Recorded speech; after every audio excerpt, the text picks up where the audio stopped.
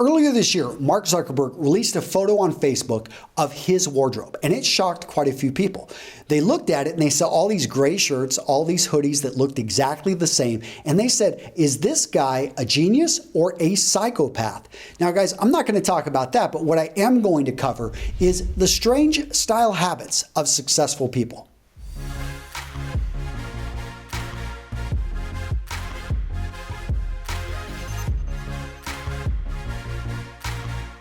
Mark Zuckerberg, Steve Jobs, Karl Lagerfeld, Albert Einstein, Christopher Nolan, the Commandant of the United States Marine Corps. What do all these guys have in common? They all wear a uniform. Now in today's video, guys, I'm going to talk about the power of a uniform, and really it comes down to three things. It comes down to simplicity. It comes down to control. It comes down to consistency. And let me explain each of those points. Point number one, simplicity. So have you ever had one of those mornings? You wake up late and you go and you realize that half your clothes are dirty, the half the clothes that are not, you haven't put them together for a while, so you can't find that matching pair of shoes.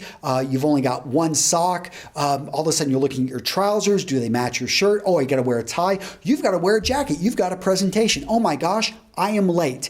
And so far, your day has not started off well. You are frustrated. You can't even make a decision. And by the time you get to work, you have wasted time. You have wasted energy. And smart, successful people realize that they have a limited amount of willpower. They only have so much energy that they can devote to work in a day. And if they're spending already some of that energy or a lot of that energy at the beginning of the day simply trying to put together an outfit, aren't they really wasting it? And that's the key with simplicity, is you want to make it so that things are simple, that they are interchangeable. I talk about the power of the interchangeable wardrobe, but a lot of these people have taken it even to an extreme, hence the all gray wardrobe. Really, what kind of decision does Mark have to make in the morning when he's looking to go to Facebook? He knows that he's just got to wear the gray. There is no color in this. He can easily match it. No decision has to be made. When I was in the Marine Corps, it was actually pretty darn simple.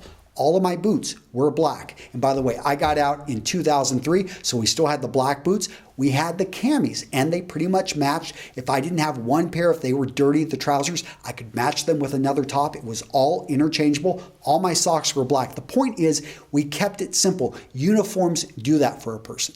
Point number two, control. So it's about controlling the message and knowing the message you want to send.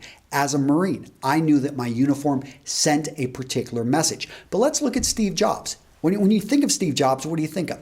The turtleneck, the jeans, the running shoes. He wanted to send that message that he was a normal, everyday guy that was relatable. Many other people, though, they have a different type of brand. Karl Lagerfeld. Every time we see this guy, he's got the glasses, he's got his hair the way it is, he's got that high collar. That is his brand. It's unmistakable. When you see that gentleman, if you don't even know who he is, he immediately stands out. In a crowded field of fashion-forward people, he has created a brand and he's able to stand out. And that's what it's about, gentlemen. It's about controlling the image, sending the message you want to send. Point number three, consistency. Guys, consistency, very important. If you want to get something big done, you need to stay focused and you need to do it day in and day out. The power of having a uniform is that you're consistently sending the same message again and again. Doesn't matter when you're photographed. When Mark Zuckerberg is photographed, he's pretty much wearing that gray shirt all the time. Now, think about if he changed it up. Maybe one month he said, you know, this is Breast Cancer Awareness Month. I'm going to wear pink. I'm going to show support. Well, that's good and that's great, but he's going to all of a sudden, all these other people that have other causes are going to start to petition. Hey, you did it for them. Why don't you do it for us? And then he's going to have to, of course, there's only 365 days a year. He's going to have to leave some people out. Think about Google. They've got that doodle on their homepage, and that's really cool. But one of the things that isn't talked about is they don't recognize every single holiday, every single person that was born on that day, and it ends up offending some people who are like, hey, look at these liberals over here, what they're talking about. The point is, when you're consistent, you can push your way through that. You can focus in on your message and you can get a lot accomplished by staying that focused.